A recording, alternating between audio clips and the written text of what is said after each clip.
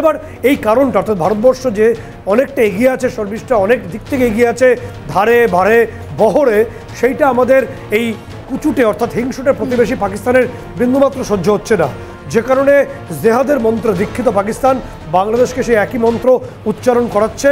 এবং যে কারণে পাকিস্তান প্রথম থেকে যার জন্ম জেহাদের হাত ধরে হয়েছিল, সে নানাভাবে মৌলবাদী যে মন্ত্র তার মাধ্যমে ভারতকে রক্তাক্ত করতে চায়।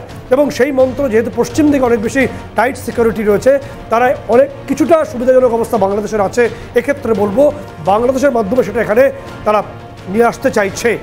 এক্ষেত্রে গুরুত্বপূর্ণ হলো বাংলাদেশে কতগুলো ব্যাক টু ব্যাক ডেভেলপমেন্ট আমরা একে একে উল্লেখ করে দেবো যে বাংলাদেশের ভেতরে কি হচ্ছে। বাংলাদেশ একটা আগুনের স্তূপ উপর দাঁড়িয়ে আছে এবং যেটাই হবে সেটা 20 জানুয়ারি অর্থাৎ ট্রাম্পের শপথ গ্রহণের আগেই হবে, এই তথ্য বিভিন্ন গোয়েন্দা রিপোর্ট অনুসারে আমাদের হাতে এসে পৌঁছচ্ছে।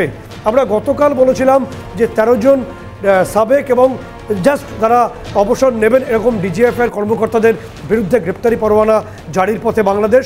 এবং গতকালই আমরা দেখেছিলাম যে শেখ হাসিনার নিরাপত্তা উপদেষ্টা মেজর জেনারেল তারেক আহমেদ সিদ্দিকির বিরুদ্ধে সহ 3 জনের বিরুদ্ধে গ্রেপ্তারি পরোয়ানা। আজকে আমরা বলছি যে ডিজিএফআইয়ের আরও 4 জন কর্তার বিরুদ্ধে অর্থাৎ বাংলাদেশের যে মিলিটারি ইন্টেলিজেন্স আছে ডিজিএফআই, তার 4 জনের বিরুদ্ধে আজকে আবার গ্রেপ্তারি পরোয়ানা জারি করা হবে। কারা করবে?